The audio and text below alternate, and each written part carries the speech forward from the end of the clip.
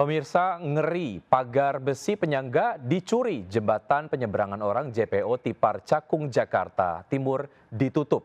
Berikut laporan di Lami Aulia. Jembatan penyeberangan orang atau JPO Tipar Cakung, Jakarta Timur kini telah ditutup oleh pihak petugas Satpol PP Jakarta Timur sejak kemarin, yang mana ini ditutup dengan garis dan juga terpal ya, dan sehingga ini masyarakat tidak bisa naik ke atas JPO. Hal ini merupakan buntut kasus akibat viralnya JPO Jembatan Penyeberangan Orang Tipar Cakung ini yang viral di media sosial dikarenakan kondisi dari jembatannya yang kotor, rusak, dan membahayakan dari masyarakat. Dikarenakan memang tidak ada penyangga besi ataupun pagar begitu ya untuk masyarakat, sehingga dinilai membahayakan. Akhirnya pihak dari petugas menutup JPO ini, dan sebagai solusinya begitu ya, masyarakat yang memang ingin menyeberang haruslah menyeberang di bawah JPO, menunggu lalu lalang mobil lewat. Dan kedepannya ini pihak dari petugas Satpol PP dan juga gabungan tentunya ini akan berkoordinasi dengan pihak terkait dalam penanganan JPO Cakung ini. Dari Jakarta, di Lami Aulia, Jemja Sinai News melaporkan.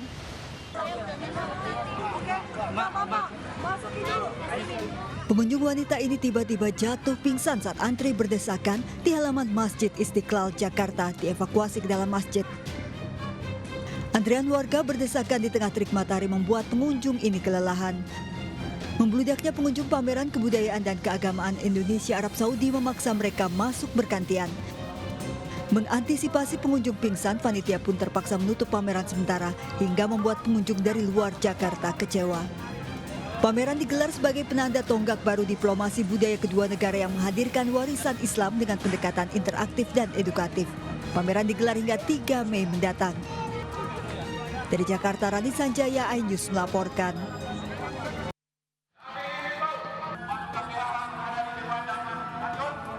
Eksekusi lahan di Jalan Petarani, Kota Makassar dilakukan Pengadilan Negeri Makassar pagi tadi berlangsung ricuh.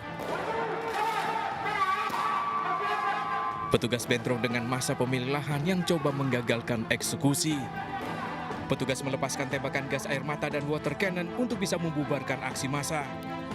Eksekusi lahan dilanjutkan siang ini menggunakan alat berat dan melibatkan sebanyak 900 personil. Sengketa lahan 4.000 meter persegi ini terjadi sejak tahun 1996 lalu, kini dijadikan showroom mobil. Tergugat menyebut sengketa salah alamat. Dari Makassar, Sulawesi Selatan, tim kontributor melaporkan.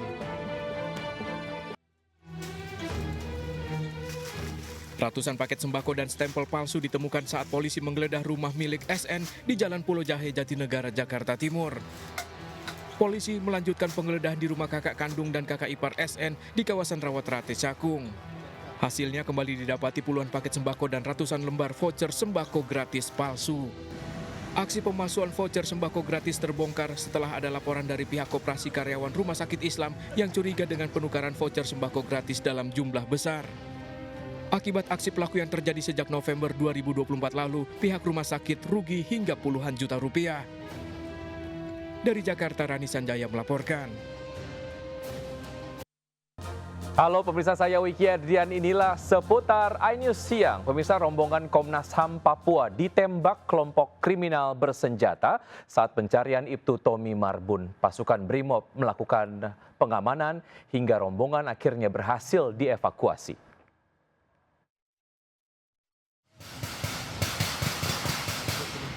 Rombongan Komnas HAM Papua ditembaki kelompok kriminal bersenjata saat turun ke Sungai Rawara, distrik Mokonat, Teluk Bintuni, Papua Barat. Rombongan ditembak dari arah seberang sungai saat pencarian Ibtu Tommy Marbun yang hilang sejak Desember 2024. Pasukan Brimob yang melakukan pengamanan berhasil memukul mundur kelompok kriminal bersenjata ke dalam hutan hingga rombongan akhirnya berhasil dievakuasi. Kurang lebih pas jam 7:10 kami ditembak oleh kelompok sipil bersenjata. Kami berlima, syukur bisa selamat melakukan perlindungan diri, 4 kali ditembak, dan syukur mendapat perlindungan dari anggota Brimob melakukan tembakan balasan dan kami bisa selamat. Aparat terus menggelar operasi pencarian Ibtu Tommy Marbun yang hilang sejak Desember 2024. 510 personil gabungan diterjunkan dalam operasi AB Moskona tahap 3. Mantan Kasat Reskrim Polres Teluk Bintuni, Ibtu Tommy Samuel Marbun hilang sejak Desember 2024 usai kontak tembak dengan KKP Papua. Dari Teluk Bintuni, Papua Barat, Chandri Suripati, iNews melaporkan.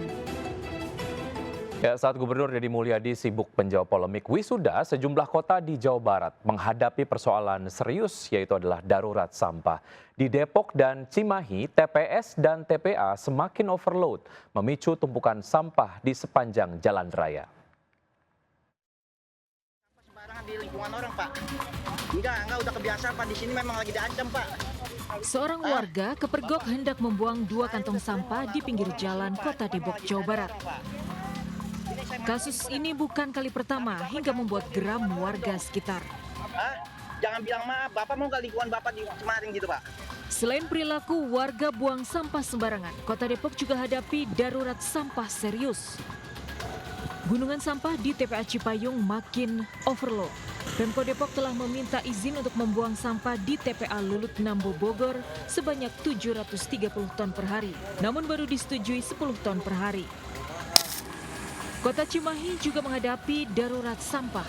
Ribuan ton sampah rumah tangga terlihat di sejumlah titik kota. Hingga muncul TPS liar di pinggir jalan yang memicu bau busuk menyengat. Penumpukan sampah di jalanan akibat pembatasan pengiriman ke TPA Sarimukti.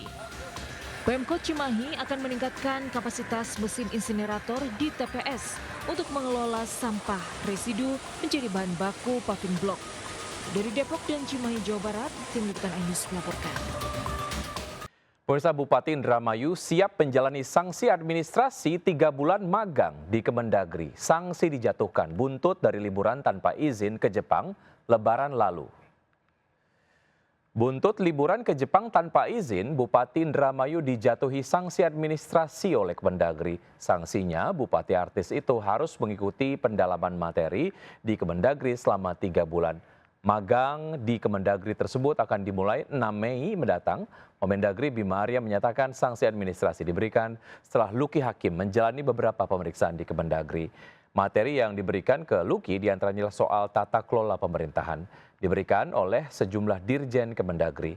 Atas sanksi tersebut, Luki mengaku siap menjalani sepenuhnya. Selain sanksi administratif, Luki Hakim juga diminta untuk datang dari Indramayu ke Jakarta menggunakan kereta. Daripada tanggung jawab yang harus saya laksanakan, mendapatkan sanksi administratif ya, gitu. Harus pendalaman materi, ibaratnya bukan sekolah lagi, tapi wajib lapor lah kan itu kalau bahasa itu. Tapi ada nanti saya itu harus belajar lagi tentang ilmu pemerintahan dan lain-lain dengan di 12 sesi di Kemendagri, kalau nggak salah itu hari Selasa.